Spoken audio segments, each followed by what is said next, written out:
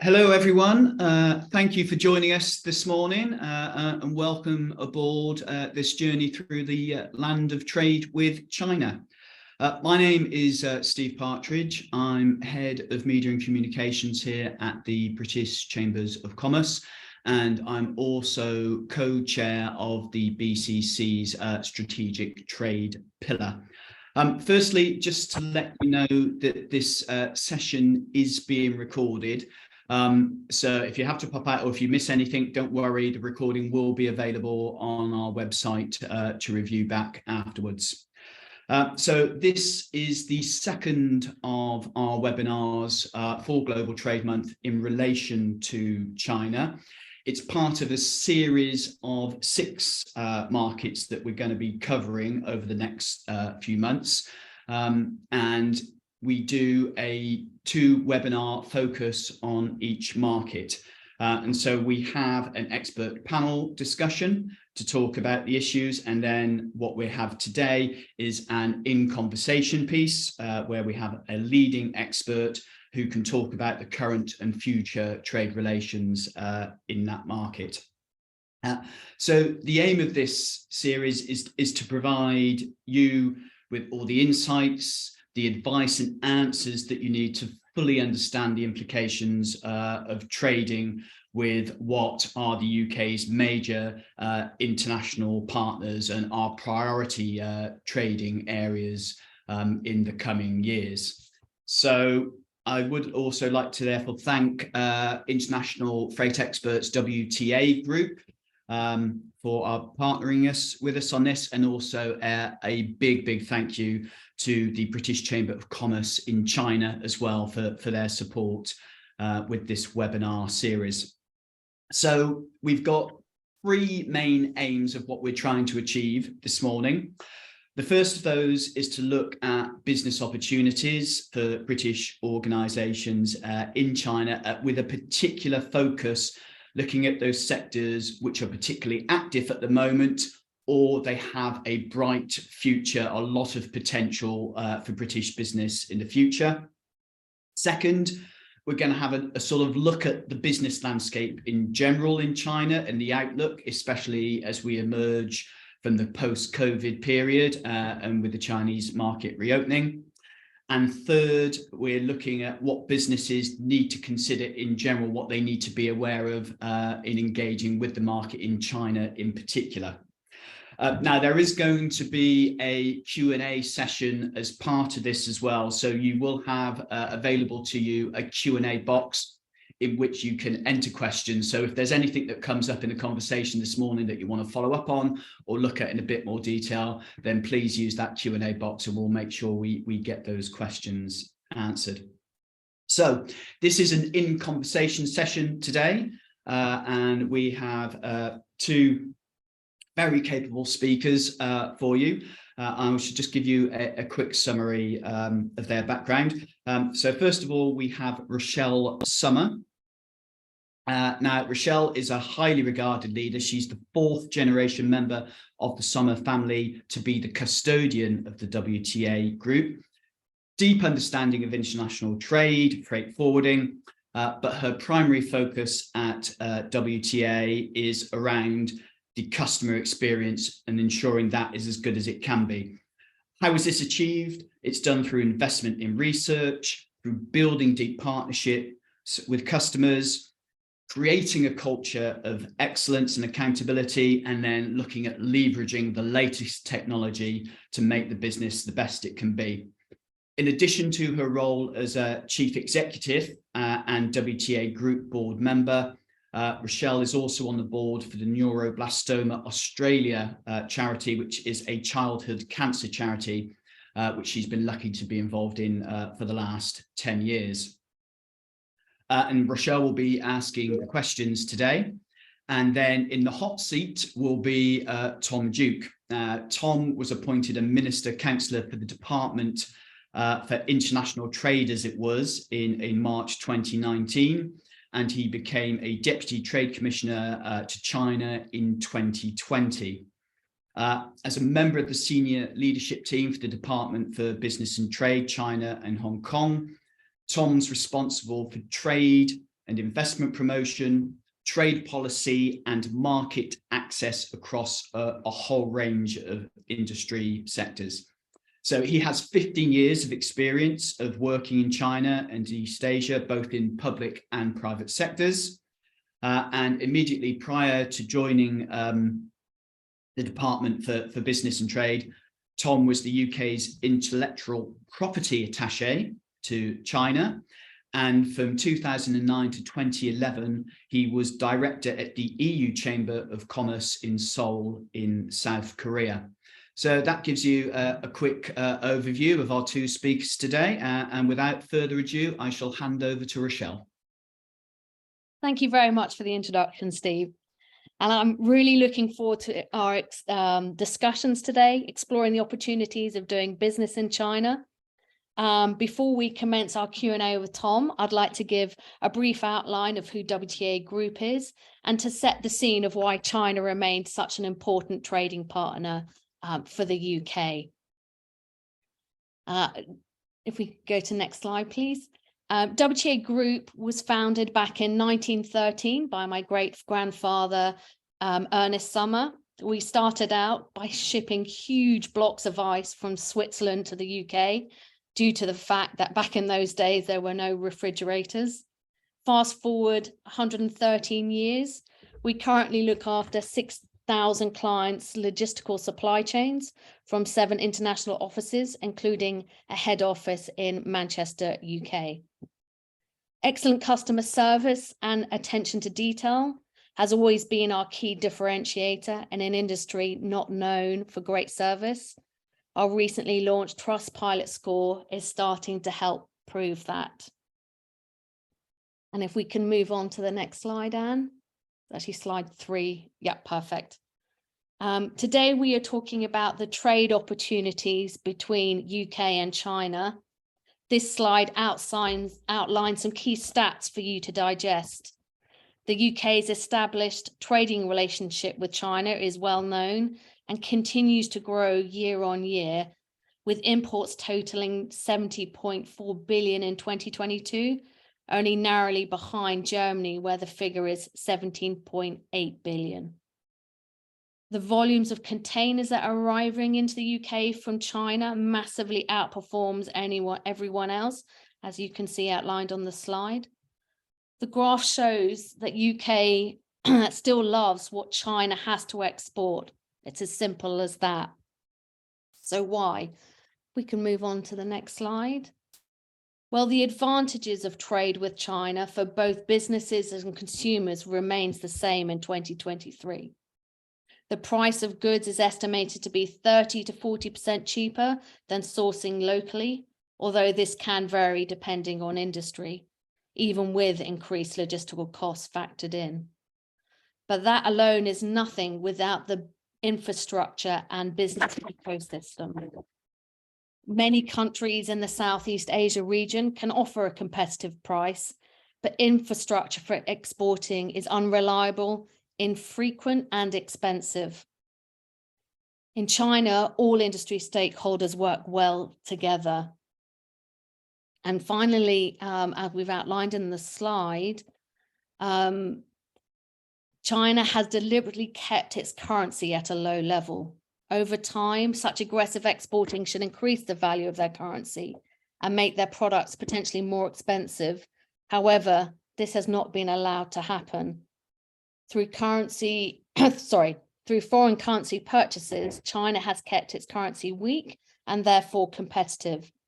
To give an idea of the scale of this purchasing, in the 10 years between 2004 and 2014, the People's Bank of China's foreign exchange reserves, minus gold, surged from roughly 600 billion to 3.8 trillion, according to the World Bank. Next slide, please.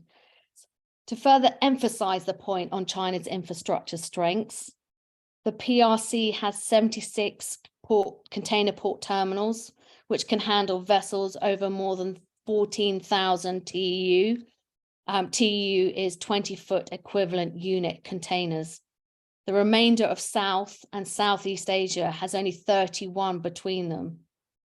China invested at least 40 billion between 2016 and 2021 in coastal port infrastructure, according to a Shenzhen-based industrial research institute. This investment has meant the equivalent of 275 million 20-foot containers could be handled at Chinese ports last year, up to 80% more than the amount processed annually by all countries in South and Southeast Asia combined. The major ports in China are also considerably more active than equivalents in other nations, with more frequent services calls from carriers heading to North Europe and America. Next slide, please. Despite this, however, some UK businesses are increasingly looking at options away from China to other Asian regions to import from and export to. But why, given all that I've just mentioned? This is because of a range of factors, including the deteriorating political relationship between the UK, other Western allies, and China. UK Prime Minister Rishi Sunak stated at a banquet last year that the UK's golden era of relations with China is over, and he plans to evolve the relationship. While costs remain competitive, the price of manufacturing is on the rise in China, with living standards improving and wages increasing. Most businesses will inevitably chase the most competitive prices for their supply chains, and in some cases, that is no longer China. COVID-19 also exposed an over-reliance on certain areas which have added to concerns. Freight rates increased to totally unsustainable levels at one point. The cost of a 40-foot container from China to the UK escalated to over $18,000, compared with a rough cost being roughly $1,300 currently. And protecting against that kind of shock is a priority for many business leaders. Although it has now ended, the zero COVID approach has also spooked business leaders potentially. Sustainability is also factoring into the minds of business leaders. Moving procurement to closer locations has ESG benefits for businesses. And other nations have seen the success of China and are trying to benefit from that model. For example, next slide, please. Thailand is currently investing 3 billion in expansion of its major container port near Bangkok. This is just one of the countless infrastructure investment projects across the Southeast Asia region. The Indian government, for example, has allocated a record 2.4 trillion rupees for upgrading their rail network this year in a bid to end its reputation for unreliability. Vietnam, meanwhile, is currently spending 6% of its GDP on infrastructure. Next slide, please. And also we need to factor in more businesses exploring the possibility of a China plus one supply chain approach. Pretty self-explanatory. It is the concept of exploring supply chain options in other nations to keep those costs down and reducing the reliance on a single nation. It's done the rounds as a buzzword for the logistics sector for years, but with post-COVID and with the deteriorating political landscape, businesses are increasingly exploring it as an option. Next slide, please.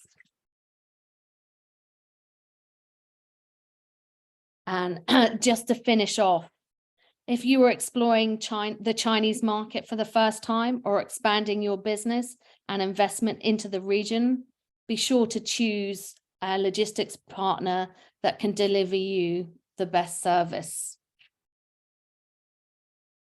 Thank you. And I'd now like to move on to our Q&A with Tom. Tom, we'll come on to the political relationship shortly that I briefly mentioned in my presentation, but I spoke about in the intro about the scale of UK's trading relationship with China. It seems as strong as ever in 2023. Would you agree? Hi, Rochelle. Hello, everybody. Thank you very much, and thank you for setting the scene so well with those slides. Lots to discuss. So, in some respects, yes, I would agree that our trading relationship is currently stronger than ever. But I think in some respects there are obviously some risks, and the past 2 to 3 years have been somewhat bumpy. I think overall, we here in the British Embassy in Beijing are quite surprised at how UK-China trade and investment has held up quite so well over the past 2 to 3 years. We, at many points along the way, including the spike in shipping spot rates that you were highlighting there, we have thought that the headwinds were getting too strong. But the numbers always seem to be quite good. And the numbers that I have, unsurprisingly, perhaps match yours. China is our 4th largest trading partner overall, if you include services trade in addition to goods trade. And the total value is overall about 100 billion pounds per year. UK exports to China, which I'm particularly focused on, of course, in my role, is over 30 billion pounds per year, 31.7 billion in the year to the end of the previous quarter, to the end of March of this year. So things at the aggregate level do appear to be holding up quite well. We will, of course, I guess, get on to some of the challenges, though, that we see forthcoming and some of the ways that companies are navigating those challenges in the world that we live in at the moment. Absolutely. We spoke about imports. Do you see the continued growth of UK imports from China? So UK imports from China, yeah, again, they've held up pretty well too. I mean, you highlighted in your presentation some of the reasons why China's manufacturing sector, and particularly its exports manufacturing sector, is so strong. I'm not sure I'd agree that the currency suppression is today at quite the same levels that it was back in the period that you highlighted, or certainly from when China joined the WTO in 2001 for the next 10 to 15 years after that. But China is a country that has built its economy, certainly post-WTO entry in 2001, and you could argue going back to reform and opening in the late 70s and early 80s. It's built its economy to be very export-orientated.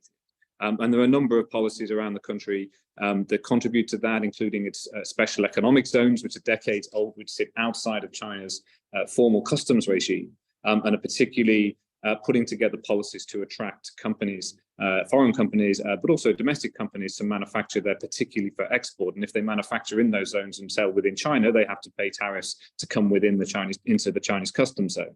That's just one example. There are lots of other examples that show that, you know, China is a country that has a sort of systematic focus on boosting its exports, and it has achieved very large scale, very large competitiveness. And I think that any sort of reduction or slowing down of Chinese imports coming into the UK will take some time. I also think, though, that there are a lot of prospects for reform to the Chinese economy in the coming decades, and that would also, we certainly hope, lead to increased opportunities for UK goods and services coming back the other way, coming back to China. And I'm very happy to talk through some of the reasons that we see for that, if that would be of interest to you and the listeners. Absolutely, that's a perfect segue. How exciting is China as an export opportunity for UK firms? And are there any particular verticals that you are seeing that are really engaging with Chinese companies or wanting to export to China, whether it's medical? Yeah, so well, food, so there's a couple of answers to the question. There's sort of a short-term issue. China is currently reopening from a period of self-imposed, what they call the zero COVID policy framework. And there is a bit of a rebound at the minute as Chinese growth gets going again, and as a number of international companies, including from the UK, re-engage with their customers, their business partners, and other contacts here in China. But there's also, if you step back, I think a longer-term picture, which is sometimes I think difficult to see, particularly during the pandemic period, but also when you look at some of the sort of geopolitical tensions at the moment. And the key things that we've been focusing on in some of our analysis for quite a while now is the growth of the spending power, growth of the middle and high income segments of the Chinese population. And the majority of the growth in middle and high income consumers across the whole world for the next decade will take place here in China. And we've done some analysis within DBT that shows that over the next decade, you'll see about 900 million middle-class consumers created, or new middle-class consumers created as people get wealthier across the world, and 500 million of those will be within China. And by 2030, you will have more high-income consumers, so $40,000 per year in China than you have in the rest of the developing world combined. So this shows the scale of the China opportunity when we look at the economic sort of medium to long-term fundamentals, is really incomparable to any other single market or even trading bloc, certainly around the developing world. And this means, of course, opportunities for consumer-facing industries, so for retail products, for creative content, etc. But it also means opportunities for other sectors too, because around the world we have typically seen that as societies get wealthier, the demand for a full range of UK goods and services goes up. And that's because people pay more attention and place more emphasis on things like environmental sustainability, on technology, on better lifestyles and quality. Rather than just price points, perhaps, which are a dominant factor in societies that are less wealthy. And that really does play to the UK strengths. And we see opportunities emerging on these kind of medium to long-term timeframes for companies and who have something high quality and world-leading to offer across this full range of industry sectors. Excellent, thank you. You touched upon the zero COVID approach that China had, which has now been abandoned. How has that been impacting businesses in China? And you briefly mentioned that things are beginning to open up, but can you just go into a bit more detail around that? Yeah, of course. So the zero COVID policies, I think I had a lot of colleagues, let alone friends and family back in the UK, that seemed slightly bemused that after the rest of the world opened up and started to learn to live with a sort of endemic level of the COVID-19 virus, China was still pursuing this sort of very repressive and very harsh zero COVID approach. The main thing for international trade and investment is that required pretty much a sealing of China's borders for the travel of people. As you came in and out of China, anyone who came in and out needed to quarantine for anywhere between, well, at one point in some places 3 to 4 weeks, and you're down to sort of 5 to 10 days towards the end of the policy. But there were also restrictions placed on some goods, and it was quite strange to see Chinese customs officers sort of swabbing containers and swabbing packaging of products. Wow. And then banning importers, particularly companies who are exporting to China, particularly of agricultural commodities and food and drink products, that were found to have apparently traces of the COVID-19 virus on the packaging or within the container. So this was really quite difficult. And in addition to those unfortunate companies that were either delisted for export licenses or who were blocked because of those traces of the virus, you did have a sort of general sense across particularly the UK goods manufacturing industry that if you'd concluded a distribution contract for your products in the China market in, say, 2018, 2019, and that was going on for 2 to 3 years, you were finding that, in a period of economic difficulty, things sometimes were going wrong, but you were not able to sort of fly in and try and sort that out. And you did see these relationships not necessarily go bad, but they were challenging. It was difficult for companies, particularly companies in the UK who might have pivoted to different market segments during the pandemic, looking at more household as opposed to industrial or hospitality sector type products, for example. But they were not really able to open those production lines in China because they weren't able to fly in and explore the market, find new partners, open new distribution contracts. So this meant a lot of people were actually frustrated by that. And we've seen a bit of a rush back as certainly the travel restrictions are lifted. We saw one of the final pieces in the puzzle of the travel restrictions lifted yesterday with the lifting of the requirement for a PCR COVID test for all travelers coming into China, which was annoying, but not too prohibitive. You are seeing the volume of flights between the UK and China now gradually building up, and hope they'll be back to roughly normal levels by the end of the year. But we have seen this rush of business people coming back in, and it's great to see them here. It's been 2 or 3 years in Beijing. Yeah. We haven't really seen these kind of visitors for a long time. So it's been a fantastic couple of months, and I hope that we'll see more.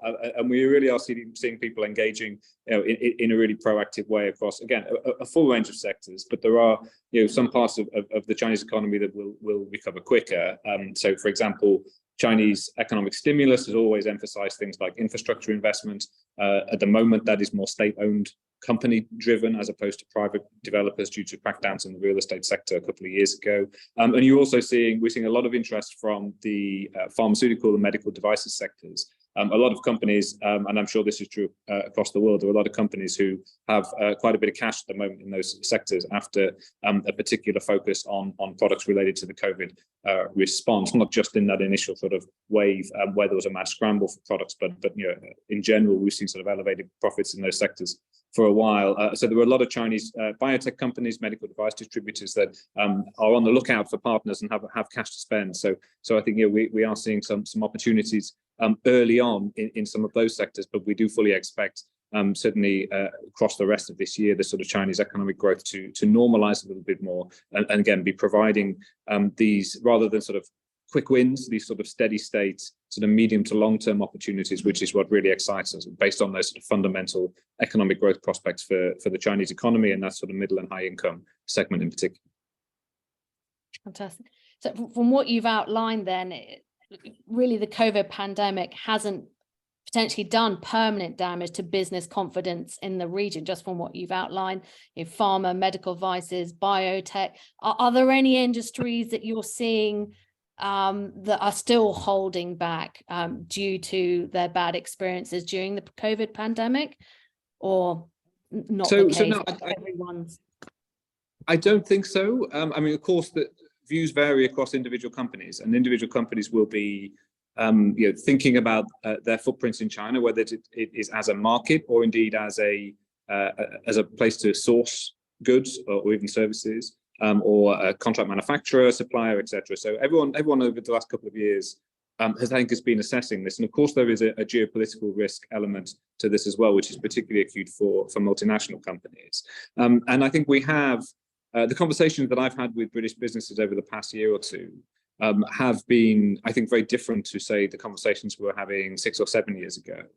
When people were quite excited about China, they were discovering, perhaps for the first time, or at least relatively early in that company's business with China, they were discovering this great new market. But people are now taking a step back. They saw the zero COVID policies, and they saw not just the general frustrations, but how it led to temporary, but and sometimes partial, but nevertheless often quite impactful shutdowns of individual ports in China, whether it's Shanghai, Ningbo, Nanjing Airport for air freight. And this can disrupt supply chains. And if you are a smaller business, for example, and there's a container that represents a quarter of your yearly sales products sat in a port in Shanghai three months late, then that's quite costly, and you have to factor that risk in. So there was some questions around the reliability of Chinese supply because of COVID, and of course the impact of global supply chains during the military exercises around Taiwan after American Speaker of the House Nancy Pelosi visited those large-scale military exercises did cause a disruption. So again, companies were questioning, even if they were not thinking of it from a geopolitical perspective, there was a practical impact of disrupting supply chains there. And then, of course, there is the geopolitics, and how do you factor that in? How do you plan? And all big companies in particular are thinking through now, well, what different scenarios might come up, and what does that mean? And you hear a lot of talk around decoupling or de-risking. You hear talk about in China for China, or China plus one in terms of diversifying your manufacturing and supply bases. And this has all been part of the conversation, and I mean, is it a damage to business confidence in China?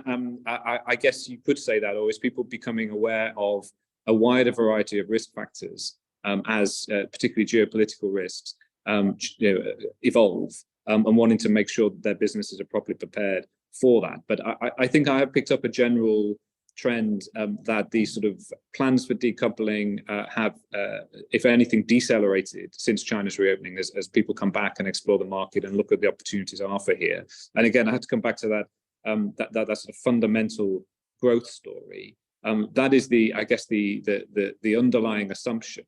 And people are preparing for that, and that's meaning that they often do still need to come here, and they are still interested and confident in the market. But of course, all prudent companies will be preparing for some of the scenarios that will be more difficult, and making sure that they're properly positioned for that. Thank you. Let's stick with the the political situation. I was going to I mentioned in my presentation, have Rishi Sunak's comments around the golden era of relations been over, spooked investors in the region? So I don't think so. So the Prime Minister's speech, where he made the comments about the golden era, was and at the same time actually talked about an approach to China based on robust pragmatism. I think that actually was something of a turning point in sort of UK policy towards China, which we have seen fleshed out further through the publication of the IRR, the Integrated Review Refresh, recently, which had a 2-page sort of China policy within it, that talked about sort of 3-pronged framework of protect, align, engage with China. And then through to a speech by the Foreign Secretary, James Cleverly, only yesterday, so last night UK time, where he talked much more about how China is a large and complex country that you can't sum up in a couple of short slogans, and where there are great difficulties and areas where we disagree and are worried about the trajectory of China, whether it's about Taiwan, whether it's human rights abuses in Xinjiang. We must recognize that China is a large and important player in the world, needs to be respected and engaged, and we will do that. And that includes on policy issues like public health and climate change, but also, of course, trade and investment, which is in our mutual interests. And it's in a complex country like China, you need to take a nuanced and intelligent approach across a full range of issues. And the Foreign Secretary was setting that out yesterday. But I would certainly trace all of this back to the speech that you mentioned from the Prime Minister previously, where this sort of trajectory for really fleshing out and going into more public detail about China policy really started. And I think that was really welcome. I mean, you asked specifically about the reaction. I mean, the reaction in China, I think it's different in different places. And I say to a lot of actually my Chinese interlocutors and counterparts here who ask me questions about the UK attitude towards China, and I say, well, look, I work for the UK government, so my advice to you is to look at what UK government ministers say in their capacity as UK government ministers. So there's a lot of people saying a lot of things about China in the UK, and it's important, right? It's not just sort of noise. It does shape the context and it does shape policy. But if you really want to know what policy is, then you listen to people like the Foreign Secretary, you listen to the Prime Minister, and you see what signals they are putting off. And I said, and I think it's also worth thinking the same thing about people here in China. So you get a lot of state media, and you have even sort of spokespeople for ministries saying things, but it's important to wait and listen to what the actual senior leaders themselves say on the record. And that's when you get some of the official reactions. From my personal experience here in China over the past couple of months, traveling around the country, meeting Chinese government officials and others in Beijing, there is a welcome at the moment for foreign counterparts, and particularly for people like myself who are working on trade and investment. There's a welcoming for foreign companies, and of course that's part of China wanting to rebound its economic growth again this year after some last year. But the warmth is genuine. There are some parts of the country that haven't seen sort of foreign delegations for three plus years now, and they are genuinely pleased to see us and generally welcoming. So I'm picking up very positive signals. And very sort of welcoming signals of the way the UK is continuing to engage with China, while still not forgetting some of those more difficult issues and protecting national security, safeguarding our values. That will always be important, and the Foreign Secretary and others have said that. But I think there is a welcome in China that we are being pragmatic, and we are engaging in areas where there is mutual interest. So I think my takeaway from that is, and from what you're saying, China is open for business now. Yes, that's the impression that we get, absolutely. And companies should do their homework as always. A lot has happened over the past few years where we think about pandemic responses, and we think about the either new or evolving geopolitical contexts. But China, underneath everything, China remains on occasions quite a difficult place for some UK businesses to trade and to invest. It is a country, well, literally, I guess, on the other side of the world, different language, different culture, different government culture, business culture. I spend a lot of time pre-pandemic talking about things like intellectual property and market access regulations, and the way that China regulates and manages data, particularly cross-border flows of data, either within or between multinational companies. And these things are still problems, and they are still things that need to be thought about. And there is positive news in terms of regulatory developments in China over the past few years, and I'm always very happy to talk about intellectual property or data or whatever that might be. But these things still need to be done properly, and they need to be thought about and advanced by companies who are wanting to trade in China. And that I think is important to remember. So yes, China is open for business. Yes, there is some new context compared to 3 or 4 years ago. But that also doesn't mean companies should overlook their sort of good usual business sense and business practice. It's a market that is challenging. It is rewarding, but it can be challenging, and people need to prepare properly. Absolutely. I'd like to move on and to discuss with you. Sustainability is of paramount importance for many key decision makers. How is China positioning itself as a sustainable option for investment? So this is a really good question. So in some respects, I think there's reason to be very positive about sustainability, in particular sort of climate change policy and then the trajectory of that policy in China. So China has set out an aim to reach what they call carbon peak, so peak carbon by 2030, and then to reach carbon neutrality by 2060. So you often hear people talk about the 30-60 or the 60-30 goals. Yeah. People asking, how real is this? Does China really mean it? And what's the detailed roadmap to get there? But my impression is that they genuinely do mean it. Now, that's not at the expense of being able to keep the lights and the heat on over the winter. And we did see a bit of a lean back towards coal-fired power stations in China over the past couple of years, as renewables weren't quite as reliable in parts of the country as people were hoping. But you speak to officials around the country, including the very senior levels, and they are very serious about the 60-30 ambition. But having said that, that is still a relatively late transition compared to certainly parts of Europe and our own.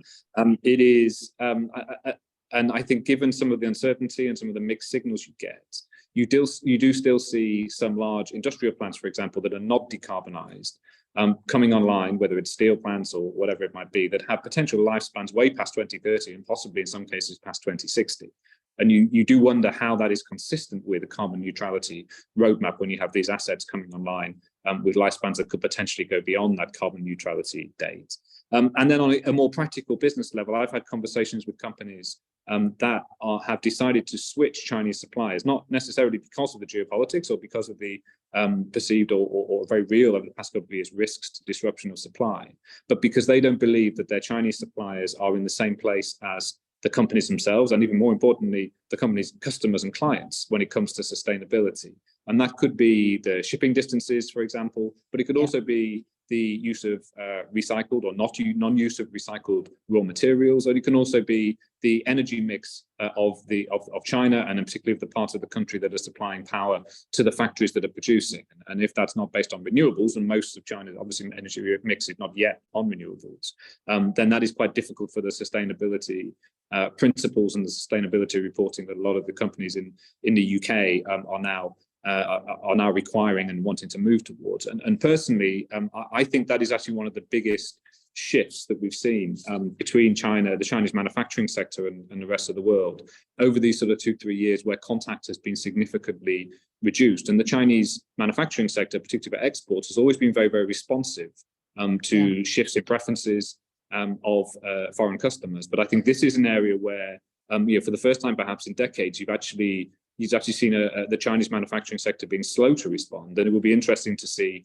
whether they're able to close that gap over the next year or two as contact returns. But sustainability is a really, really important problem. It's obviously important for us in the UK government, something we care very deeply about at all levels of government, including trade and investment. And it's something we'll continue to watch, to speak about, and to report on very, very closely. Okay, thank you. Moving on to, again, I mentioned in my presentation about the China +1 approach. How do you view this approach?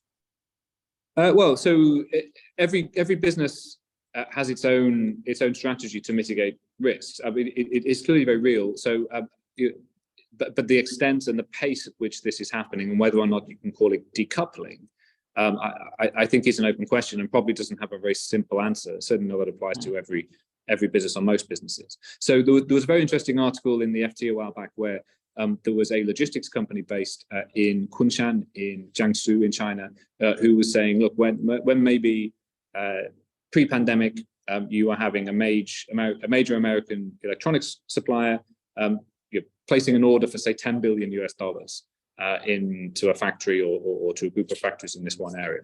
Now they're doing 8 billion. And they're looking to place 2 billion in, say, Vietnam or India or somewhere. India. And that's not decoupling necessarily, but it's the American company thinking, well, hang on, maybe we need to be developing alternative supply. What if there is a problem at one point and we need to switch? We need to make sure that we have that option. And $8 billion is still a lot of money, right? It's still a big order. Absolutely. And again, that's just one comment. But I found that, well, firstly, quite insightful. And secondly, actually matched some of the conversations that I've been having with companies. So other examples. I was speaking to a large multinational company at the end of last year who was saying, well, we source still sort of 90% of our product from China through into some of our own factories there, but also contract manufacturers and through other suppliers. It's going to take us a long time to move away from that, but we're looking at a new investment decision, and rather than expanding one of our facilities in China, we're thinking about putting it either in Southeast Asia, which is maybe a sort of like for like, but also actually we sell a lot to the US, so maybe we'll look at somewhere like Mexico or somewhere in the Western Hemisphere as an alternative. And again, that's not going to shift that balance. It's not going to go from 95 to 25 overnight, or perhaps ever. But it's just showing that if you're being prudent as a manufacturer, you're responding to risk signals, you're responding to sustainability questions.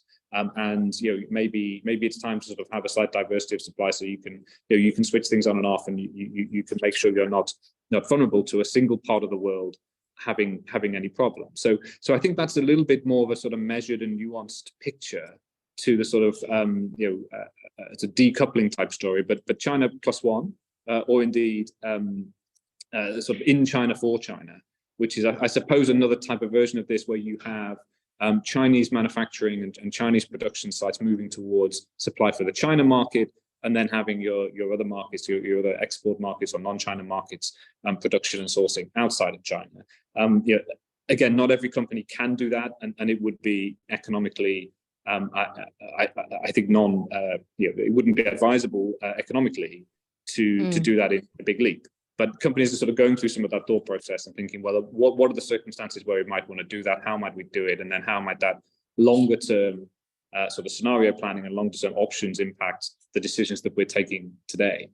So I think you are sort of seeing this shift a bit, but it's not as drastic, I think, as some might think sometimes from reading some of the media reporting. But there is certainly these conversations happening. Absolutely. And also, I think it goes back to the infrastructure. Currently, China's infrastructure around their ports and things is unmatched compared to Vietnam, India, etc. And I think that still plays a very big part in manufacturers' decisions. Okay, thank you. And I suppose just to expand on what you've said, can you realistically see businesses moving away from China en masse, or is just what China has to offer too good for manufacturers? Well, so one of the key phrases in the IRR and in the Foreign Secretary's speech yesterday was that there is no predetermined path for UK-China relations, but also by extension, I guess, sort of the broader issues that impact that. There are choices that we all make. As the Foreign Secretary said, we make in the UK, but also choices for China to make. And that sort of economic fundamental growth that I set out earlier, I see that as the kind of steady state underlying situation. But of course, it is possible that we could depart from that. But in that more positive scenario where all actors involved are making sort of positive, constructive choices that are moving away from heightened political tensions and military tensions and emphasizing a more sort of peaceful world where the economy can continue to expand and trade can continue to play its role in increasing prosperity in the UK, in China, and elsewhere. In those scenarios, no, I don't see a mass exodus, companies moving out of China en masse, or the need to do that. However, there are other scenarios that could be prompted. The one that a lot of people are talking about at the moment are tensions in the Taiwan Strait between China and Taiwan, but there are potentially other flashpoints in the region as well, and indeed globally. So of course there are scenarios where companies might find it more difficult to operate here, and also I guess vice versa, Chinese companies operating around the world too. But of course we all have choices. Everyone in government in both sides have choices, and we all hope that that's not a situation that we need necessarily to end up in. Excellent, thank you. So we'd like to open up to the audience. Does anyone have any? Oh, here we go. I've got a question here from Russell. Could you comment on the impact of the recent changes to the UK export control order and the associated chaos in the UK ECJU? I'm finding it almost impossible to export to China, impossibly long delays in getting export licenses, and many more restrictions from the UK government than from other EU, US governments. Our Chinese customers are switching to our German competitors. Yeah, well, thanks for the question, Russell. It's not the first time I've heard such comments, and I'm sorry to hear that. Just as a bit of background, you may know this already, Russell, and others might not. The export licensing regime is sort of a long-standing system which the UK has and a number of other countries have to prevent export of dual use or other technologies that can lead to military uplift in countries around the world, and China is included on some of those lists of where restrictions would apply. So there is a system for this where companies report, and there are experts that examine it and then issue a license if things are good to go ahead, or I guess not if not. There were some changes to that regime a couple of years ago now, which expanded the number of entities which could be considered to be military end users. And this wasn't only applicable to China, but was applicable to China, and given the scale of the trade relationship, has, I think, caught a lot more companies, or a lot more instances of exporting than was going to be the case previously. And that, of course, doesn't mean that these exports are not allowed. It just means there is a process, and that can, of course, on occasions lead to some delays.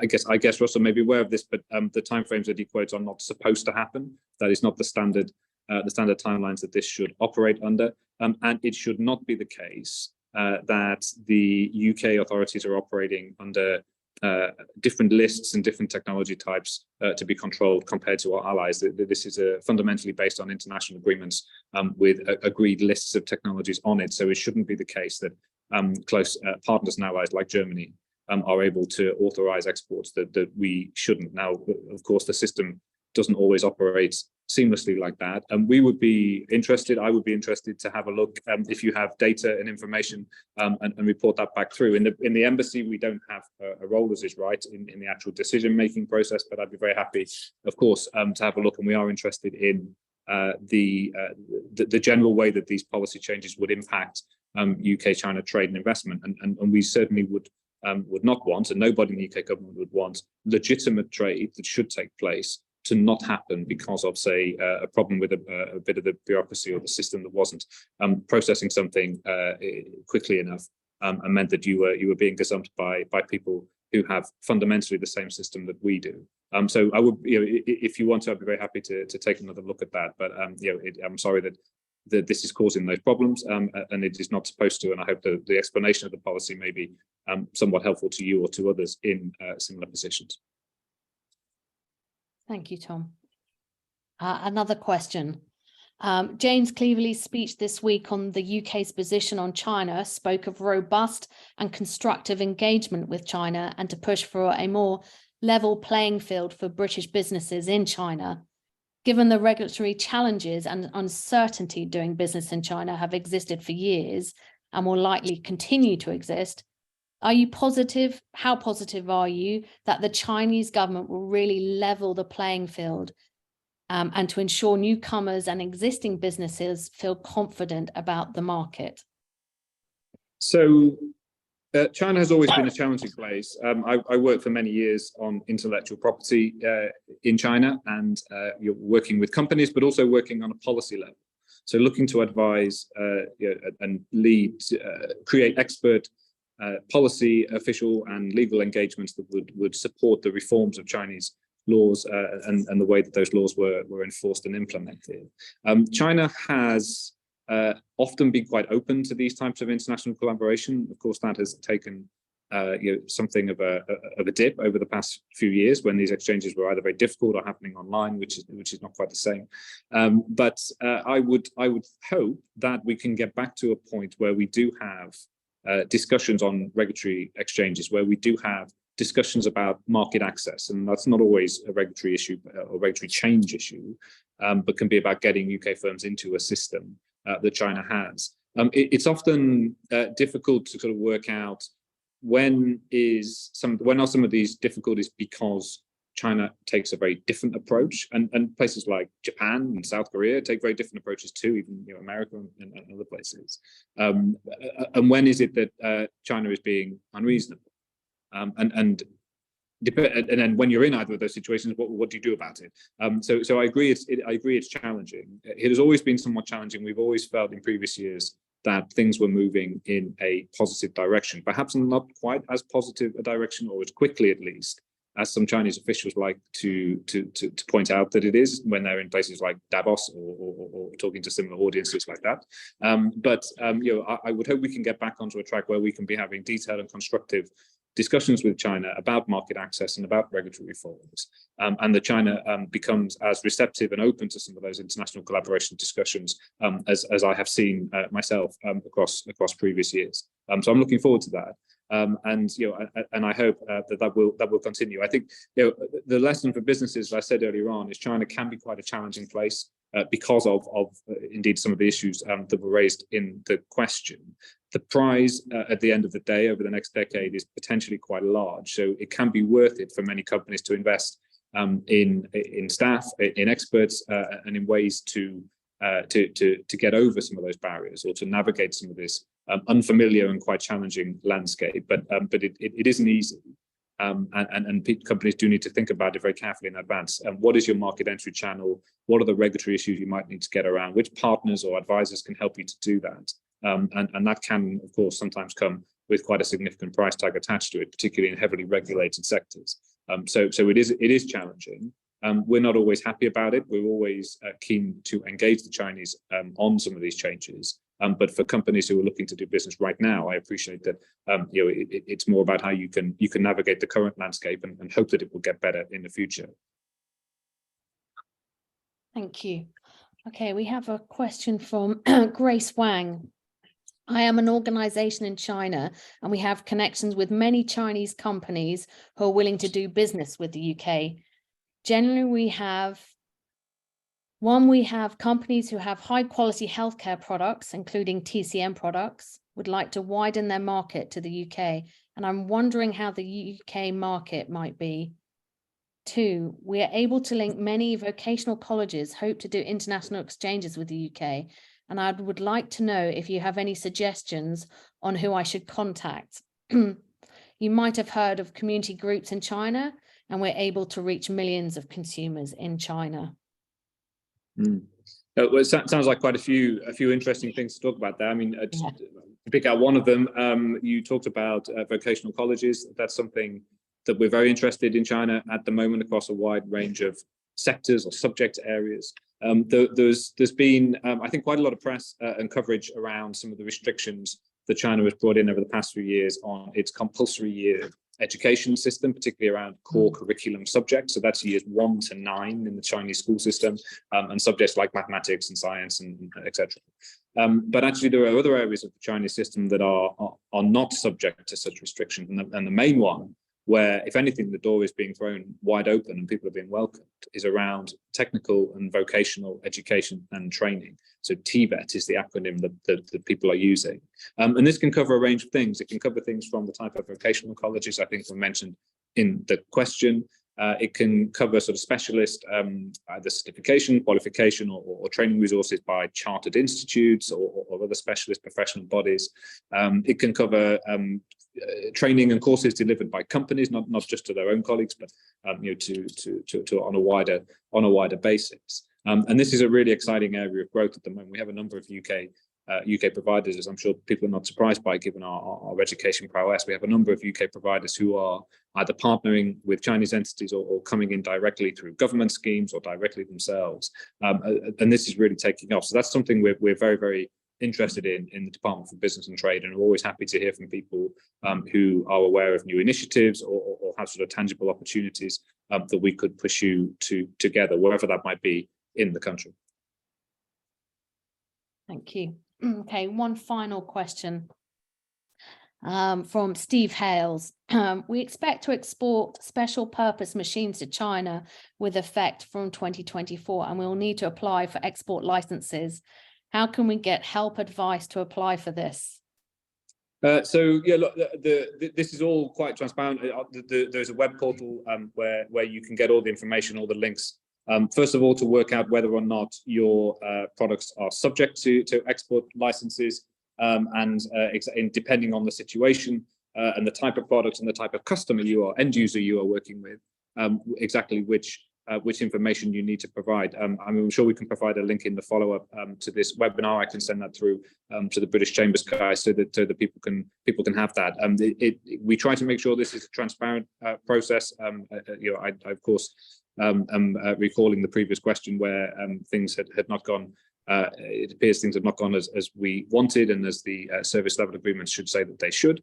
But nevertheless, the information is out there, and it should be fairly straightforward, at least to understand what the process should do. And we'd be very happy to provide some links to you through the British Chambers or directly if you'd like to get in touch. Excellent. Thank you, Tom. And I'm going to hand it back over to Steve. Thank you, Tom. Thank you, Rochelle. I hope everyone found that as an interesting discussion, as I did. I think my main takeaway from it is that given the geopolitical situation, there are complexities about doing trade with China, but the standout comment for me from Tom was, in terms of economic opportunity, China is incomparable to any other trading bloc. So I think that's a big takeaway. It's a market we absolutely cannot ignore. So thank you to Tom and Rochelle. Thank you to WTA Group as well for partnering us on this event, and also to the British Chamber of Commerce in China. Just to let you know that after this, you will be receiving an email with a short survey included to get some feedback on how this event has gone. That'll take about 5 minutes to fill in. If you could do that and just take that short time to do that, it would be really appreciated by us. We've got another 5 in this series of these Global Trade Month events to do, and we really want to make them as good as we can. So any feedback, any advice you've got to do on what we can do to improve the next one would very much be welcome. So thank you again all for joining us today. And just to say that the next Global Trade Month event is scheduled for the 15th of June, when we will be looking at the United Arab Emirates. So thanks once again for joining us all today. Thank you again to Rochelle and Tom, and we will see you hopefully next time. Thank you very much.